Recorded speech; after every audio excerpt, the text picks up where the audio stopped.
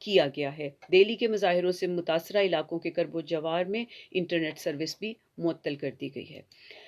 پاکستان کے حوالے سے ابھی جو پچھلے دنوں وکلا کا اور ڈاکٹرز کا جو ایک تصادم تھا، شرمناک تصادم جس کو کہہ سکتے ہیں، اس کے بعد ایک اور جو خبر ایسی آئی ہے کہ جس کو شاید کوئی بھی توقع نہیں کر رہا تھا۔ سنگین غداری کیس میں پرویز مشرف کو سزائے موت، کیا آئین شکنی اتنا بڑا جرم ہے کہ سزائے موت دی جائے؟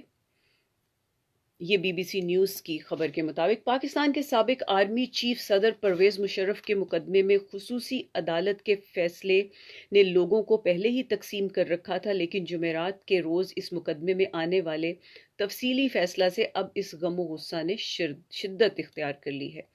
تفصیلی فیصلے کے مطابق خصوصی عدالت کے 3 رکنی بینچ پر مشتمل ججوں میں سے ایک جج جسٹس وقار سیٹھ نے یہ حکم دیا ہے کہ اگر سابق آرمی چیف پرویز مشرف سزا سے پہلے انتقال کر جاتے ہیں تو اس صورت میں ان کی لاش کو ڈی چوک پر لٹکایا جائے، اسلام آباد میں۔ اس سے سوشل میڈیا پر جہاں بحث کا رخ اس تفصیلی فیصلے کی تنقید کرنے کی جانب ہو گیا ہے، وہیں قانونی ماہرین اس آئین شکنی کے نتیجے میں ملنے والی سزا پر بھی سوال اٹھا رہے ہیں۔ اگر پاکستان کے آئین کو دیکھا جائے تو سنگین غداری ایکٹ 1974 کے تحت کوئی بھی شخص اگر پاکستان کے آئین کو منسوخ کرنے کی سازش یا کوشش کرنے کے نتیجے میں پکڑا جائے یا مجرم قرار دیا جائے تو اس کو عمر قید یا سزائے موت دی جاتی ہے۔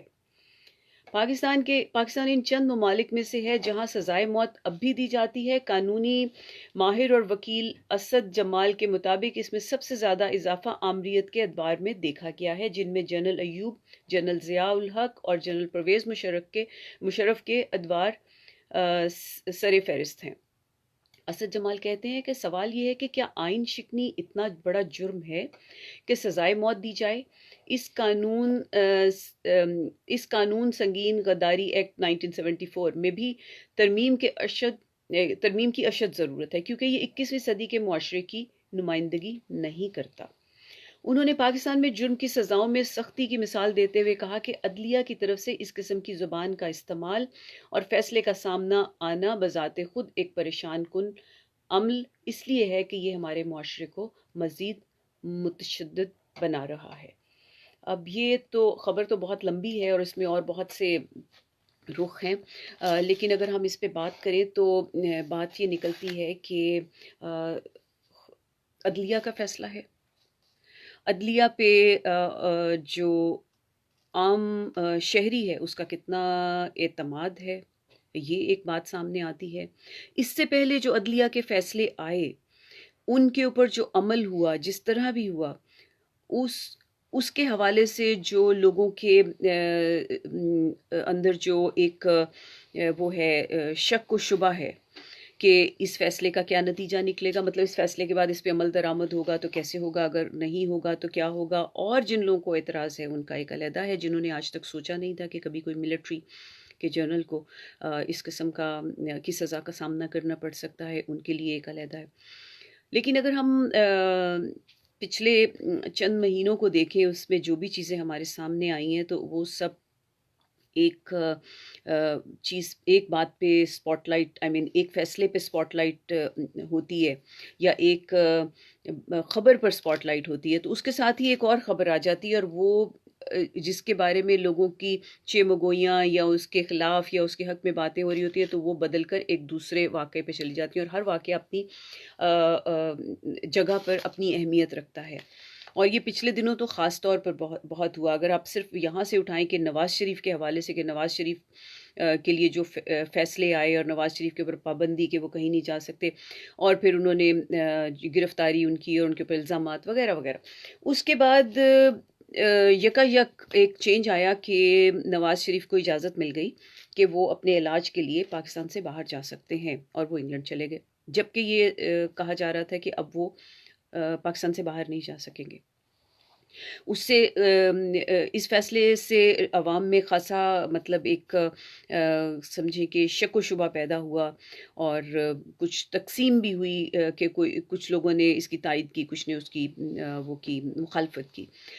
ابھی یہ بات چل ہی رہی تھی تو ریاض ملک کے حوالے سے جو خبر تھی وہ زیادہ پرومیننٹ ہو گئی، یعنی اس پہ اسپاٹ لائٹ آ گئی کہ ان کو ان کے جتنے بھی وہ تھی جو پیسہ انہوں نے کھایا تھا وہ پیسہ دستیاب کر لیا گیا ہے اور وہ پاکستان پہنچ گیا ہے، اور بہت بڑی اماؤنٹ ہے، ابھی سب میرے سامنے اماؤنٹ نہیں ہے، بہرحال ہیوج اماؤنٹ وہ پاکستان پہنچ گئی ہے۔ تو اس نے نواز شریف کی جو خبر تھی وہ اس کو پیچھے کر دیا اور اسپاٹ لائٹ اس پر آ گئی۔ اس سے آگے چلیں تو ابھی اس پہ چل رہی تھی بات، یہ اس پہ 6 گوئیاں شروع ہوئیں کہ وہ پیسہ کب آیا، کیسے آیا اور کہاں گیا۔ ابھی اس پہ بات شروع ہی ہوئی تھی کہ وکلا کی کیا کہیں کہ انتہائی بدتمیزی، کرمنل قسم کی بدتمیزی، یعنی قانون سازوں کی ایک قانون شکنی دیکھنے میں آئی سامنے، جو کہ بہت ایک خوفناک واقعہ گزرا۔ اس کو لے کر سب لوگ ابھی اس پہ، وہ خیر ایک بات بہت ہی مذمت کرنے والی تھی اور اس پہ بہرحال سب مذمت کرتے تھے۔ اب اس مذمت کا خدا جانے کتنا فائدہ نکلے گا کہ اگلی خبر آ گئی، اور اگلی خبر کیا ہے کہ جنرل مشرف کو جو ہے موت کی سزا سنا دی گئی۔ اب اس کو لے کر جو ڈویژن پیدا ہوئی ہے عام پبلک میں اور جو کنفیوژن پھیلی ہے وہ ایک مزید اپنی انٹینسٹی لیے ہوئے ہے۔ ان سب باتوں سے ایک بات جانے کیوں سمجھ میں آتی ہے کہ سب عوام تو کنفیوز ہے، ایسا لگتا ہے کہ ادارے بھی کنفیوز ہیں، عدالتیں بھی کنفیوز ہیں، گورنمنٹ بھی کنفیوز ہے۔ تو اس کنفیوژن کی وجہ کیا ہو سکتی ہے؟ وجہ شاید یہ ہو کہ ابھی بہت سی جو وعدے ہیں، بہت سی جو باتیں ہیں گورنمنٹ یا اسٹیبلشمنٹ کی جانب سے، ان پہ عمل نہیں ہوا اور ان پہ ایک کنسٹرکٹیو جو ہے وہ ڈیولپمنٹ نہیں ہوئی، اور اس کے بارے میں سوال اٹھنے سے پہلے ہی کسی اور طرف جانب توجہ جو ہے وہ شاید دلا دی جاتی ہے۔ ایسا بھی ہوتا ہے سیاست میں، شاید ایسا ہو، یا شاید کچھ اداروں میں رد و بدل ہو رہا ہو۔ مطلب کیا کہہ سکتے ہیں کہ یہ جو واقعی جوڈیشری آزاد ہو گئی ہے اور اپنے طور پر فیصلے کرنے لگی ہے، یا اس کے پیچھے کوئی اور بڑا راز ہے۔ مگر ان سب باتوں کو دیکھتے ہوئے ایک بات بہرحال بڑی جو ہے اہم ہے، وہ یہ ہے کہ جو بھی کرٹیسائز کیا جاتا ہے اس کرٹیسائز کو پہلے پرکھا جائے کہ کیا وہ کرٹیسزم صرف دو جملے یعنی سطحی 2 جملے ہم کرٹیسزم کے ادا کر رہے ہیں، یا اس کے پیچھے کوئی لاجک بھی ہے۔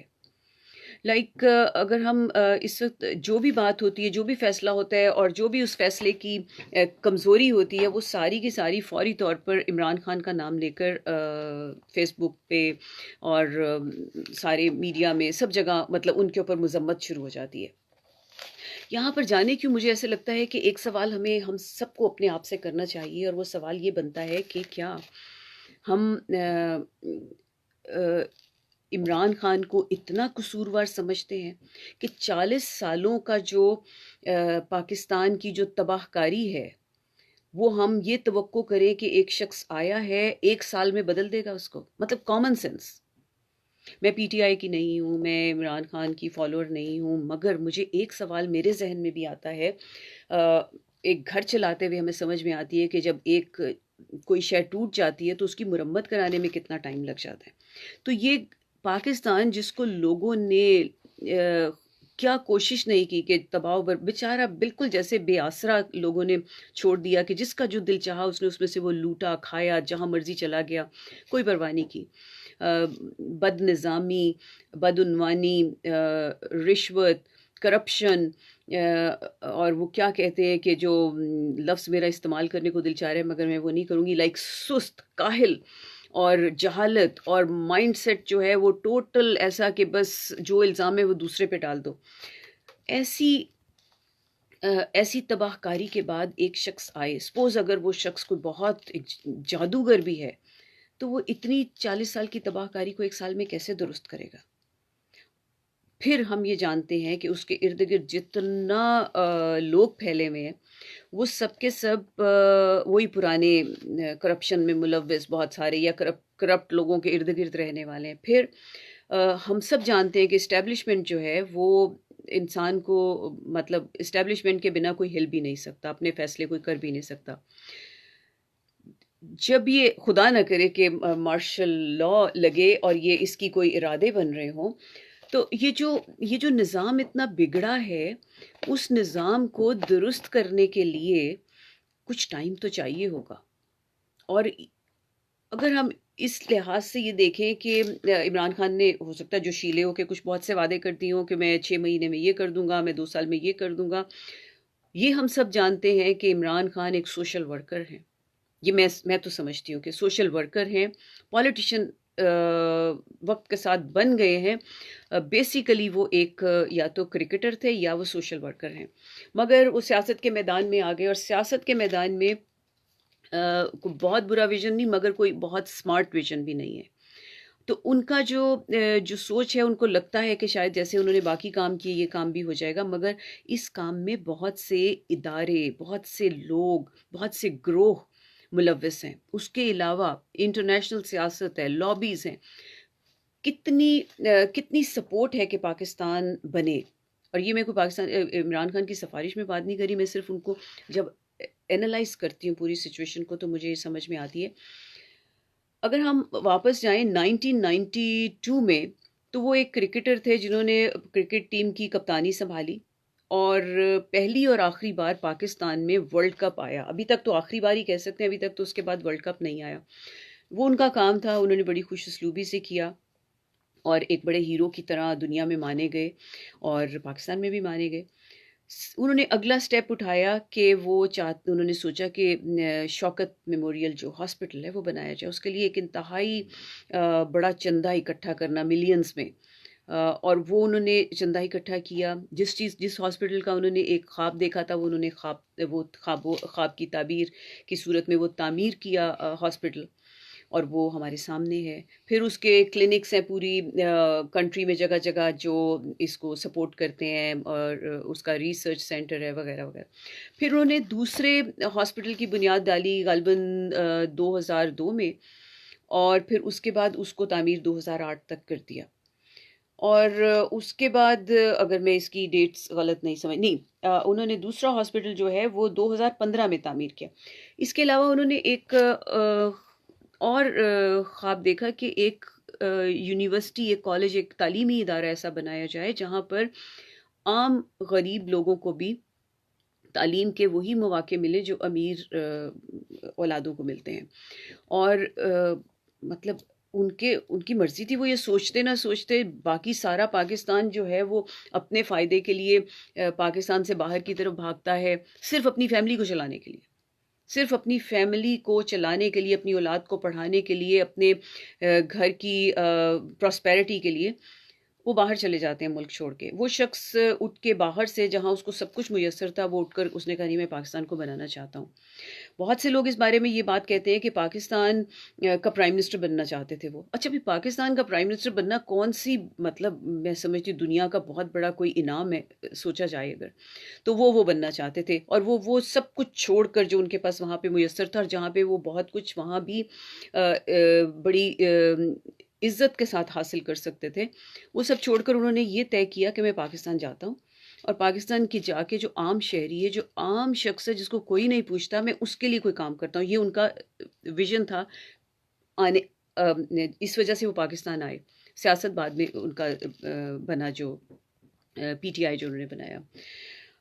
اس کے بعد انہوں نے سیاست میں قدم رکھ دیا. سیاست میں جس دن قدم رکھا تھا اسی دن میں نے کہا تھا کہ آج تک اس شخص نے بہت عزت کمائی ہے, اور اب شاید اس نے اپنے نام پہ کوئی دھبے لگوانے ہیں جو یہ سیاست میں جا رہا ہے, کیونکہ سیاست میں جانا اٹ سیلف دھبے لگوانے والی بات ہے. وہاں پہ تو بڑے بڑے لوگ جو بہت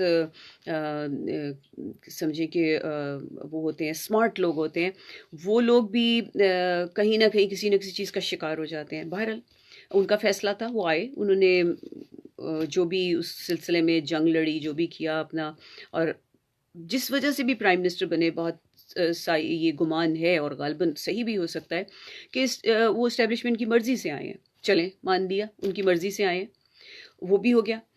اب اس میں جو سوال پیدا ہوتا ہے وہ یہ پیدا ہوتا ہے کہ کیا عمران خان جو وزیر اعظم بنے, خواہ وہ سلیکٹ کیے گئے یا الیکٹ کیے گئے, اس میں ان کا نفع نقصان کتنا ہے یہ دیکھا جائے.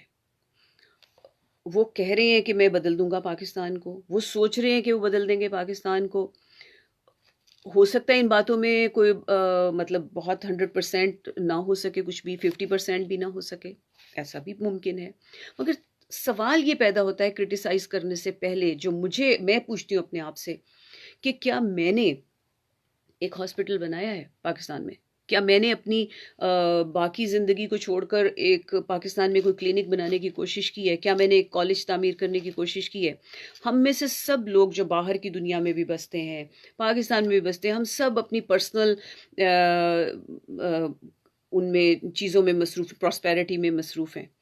ایک شخص اپنا سارا کچھ چھوڑ کر ایک کوشش کرنا چاہ رہا ہے کہ وہ پاکستان میں کچھ بہتری لے آئے, اور وہ ایک ایسی زندگی نہیں چھوڑ رہا کہ جو بالکل مطلب ناکارہ سی زندگی ہے. اس کو ایک بڑی اچھی زندگی ملی ہے جس کے لیے شاید ہم ساری زندگی تگ و دو کریں تو وہاں تک پہنچیں, اور وہ اس زندگی کو چھوڑ کر ایک عام انسان کی زندگی بنانے کے خواب دیکھ رہے ہیں.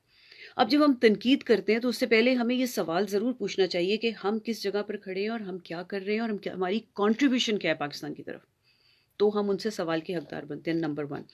نمبر 2, جس پاکستان کو 40 سالوں میں سب نے مل کر خوب تباہ کیا ہے, کھایا ہے, اور بالکل بیچارے کو یتیموں کی طرح ٹریٹ کیا ہے, اس کو وہ 1 سال میں جادو کی چھڑی سے کیسے بدلے گا؟ اس نے سوچ لیا کہ وہ بدلے گا, مگر کیسے بدلے گا؟ تو پھر کیا کیا جائے؟ تو ہمیں کم از کم یہ تو کیا جائے کہ ہم کم از کم یہ 4 سال 3 سال 5 سال جو رہ گئے ہیں اس میں اس کو موقع دیں. نمبر 1, سپورٹ کریں, اپنی کنٹریبیوشن کریں, اپنے حصے کی شمع تو جلائیں. ہم تو وہ بھی نہیں کر رہے. ہم تنقید کرتے ہیں بیٹھ کر, اس تنقید کے وقت میں کوئی چھوٹا سا ایک کام کر لیں, کوئی ایک کام کر لیں جس سے پاکستان کی کنسٹرکشن اس سینس میں ہو جائے کہ ہم نے اپنے آپ کو بنا لیا. کیا بنا لیا؟ ہم نے اپنے آپ کو محنتی بنا لیا, ہم نے اپنے آپ کو ایماندار بنا لیا. یہ 2 کام ہی کر لیں. ہر پاکستانی اگر یہ 2 کام کر لے کہ وہ اپنے آپ کو محنتی بنا لے اور اپنے آپ کو ایماندار بنا لے, تو اس کی کنٹریبیوشن ہے پاکستان میں, بیکاز وہ ایک پاکستان کا ایک فرد ہے, ایک شہری ہے, اور اگر وہ ایماندار ہے اور اگر وہ محنتی ہے تو اس کی کوئی کنٹریبیوشن ہو جائے گی نا. اب انہی میں سے اٹھ کر جو لوگ ہیں وہ آگے جا کر منتخب ہوتے ہیں, وہی وزیر بنتے ہیں, وہی سب کچھ بنتے ہیں. اب اگر وہ ایماندار ہوں گے تو شاید کچھ تھوڑا سا چینج آ جائے, شاید سسٹم میں کوئی چینج آ جائے, شاید عدالتوں میں کوئی چینج آ جائے, شاید کہیں کوئی شعور آ جائے, شاید کہیں کوئی شرم آ جائے, شاید کہیں کوئی مطلب اپنے لیے کوئی رسپیکٹ پیدا ہو جائے. مطلب کم از کم کچھ تو کریں ہم.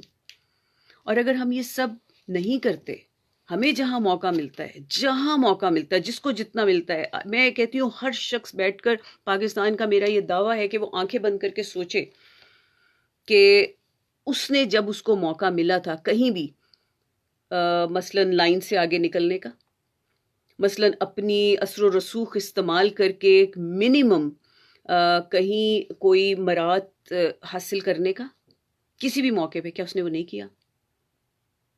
جن کا کوئی ملٹری میں جاننے والا ہوتا ہے وہ اس کے تھرو اپنی مراحت حاصل کرتے ہیں, کسی کی کسی اور چیز میں ہوتی ہے رسائی, وہ وہاں سے کرتے ہیں. تو مطلب ہر شخص جو ہے وہ اپنے طور پر کچھ نہ کچھ اپنے ریسورسز کو یوز کر کے ان کا فائدہ اٹھاتا ہے اور آگے چلتا بنتا ہے. تو یہ سب ہماری کنٹریبیوشن ہے نا ٹورڈز پاکستان کو کھوکھلا کرنے میں. کون ہے اتنا ایماندار, کون ہے اتنا محنتی کہ جو پاکستان میں کنسٹرکشن کرنے کی کوشش کرتا ہے؟ اور باتیں کرتے ہیں بڑی بڑی کہ جب دیکھو عمران خان پہ کوئی ہم نے بات کر دی, وہ کوشش کر رہے ہیں. لیٹس سی 4 سال میں 5 سال میں کیا کرتے ہیں.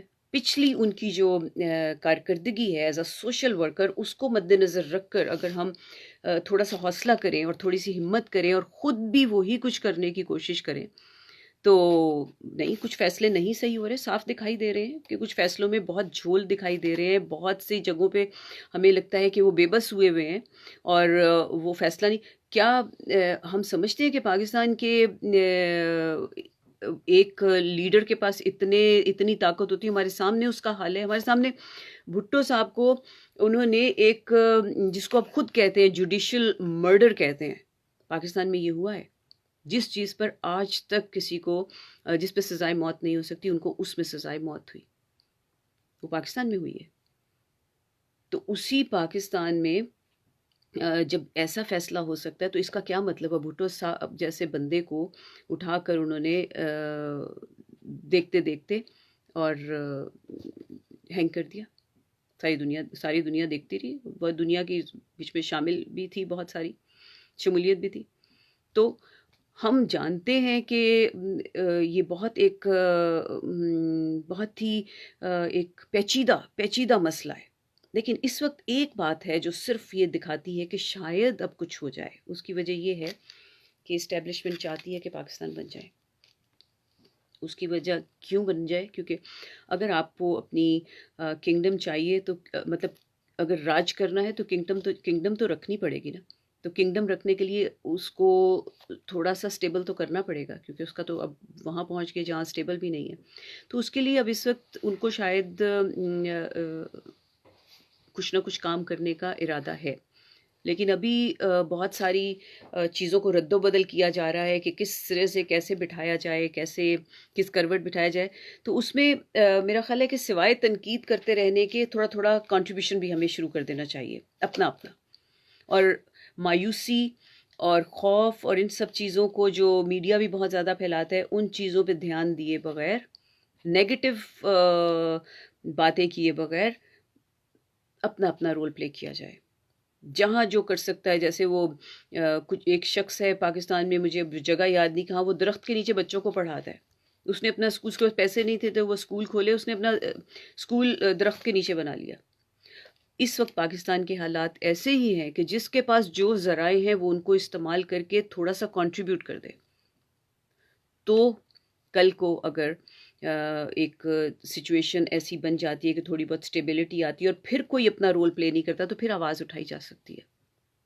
یا عمران خان کے خلاف تب آواز اٹھائی جا سکتی ہے کہ عمران خان کو پاکستان کا پیسہ کھا کے کہیں بھاگ جائیں.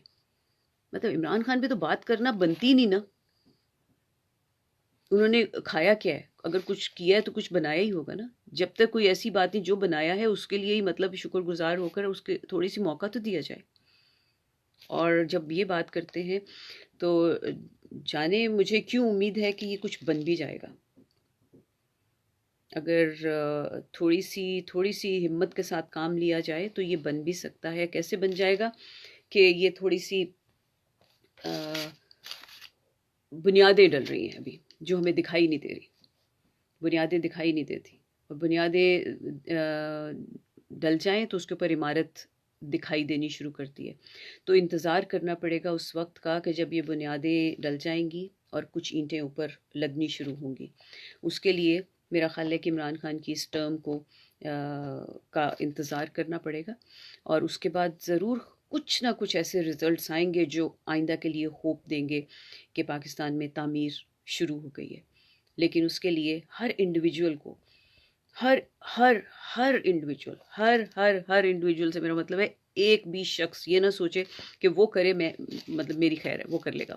نو، ایوری ون جہاں ہے، جیسے ہے، جس کیپیسٹی میں ہے، اپنی پوری لائلٹی کے ساتھ، اپنی پوری ایمانداری کے ساتھ، اور اپنے پورے جو ایکسیلنس ہے اس کے ساتھ کنٹریبیوٹ کرے. اور کم از کم اس کی کنٹریبیوشن اتنی ضرور ہو کہ وہ اپنے علاوہ کسی اور ایک کا بھلا کرنے کی کوشش ضرور کرے.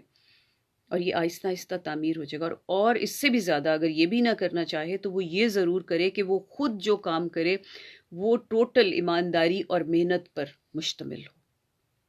اس میں ایمانداری 100% ہو. اگر یہ ایمانداری اور محنت نہ شامل ہوئے تو یہ نہیں بن سکتا، کہیں بھی کچھ نہیں بن سکتا. یا سسٹم آپ کو کنٹرول کرتا ہے ساری دنیا میں سسٹم کنٹرول کرتا ہے آپ کے اوپر. لا جو امپلیمنٹیشنز ہوتی ہیں وہ کنٹرول کرتی ہیں، چونکہ وہاں پہ لا کی حالت کوئی اتنی اچھی نہیں ہے لا انفورسمنٹ کی. تو ہر انڈیویجول کر لے جو اتنا بیٹھ بیٹھ کے باتیں کرتا ہے وہ کر لے.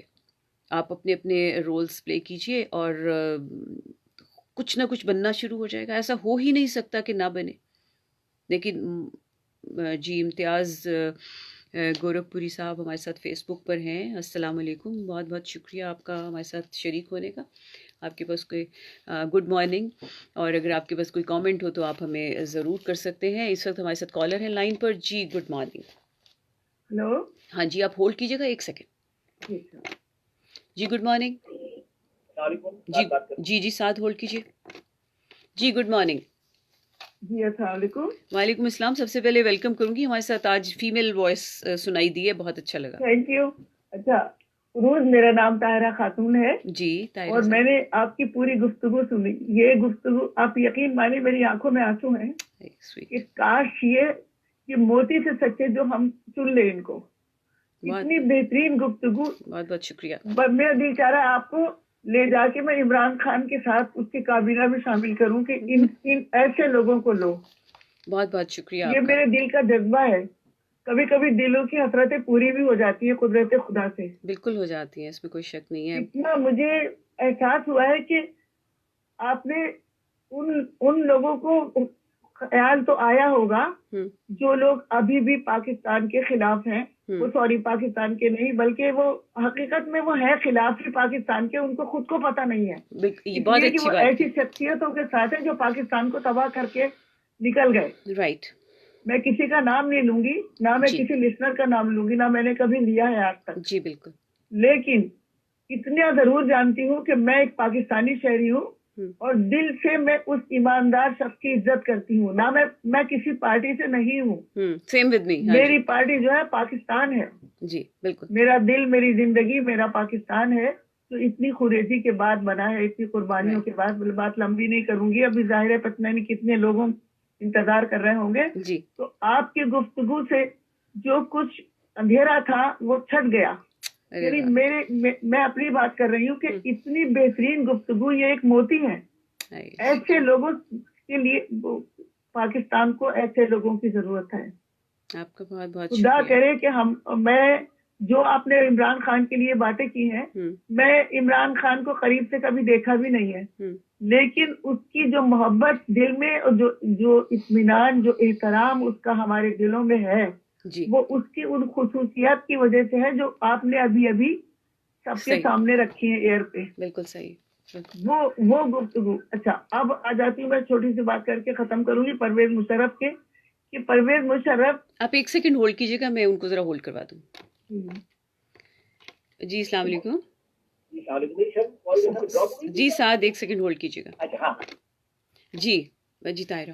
اچھا اب پرویز مشرف کے لیے دل کیوں تڑپتا ہے؟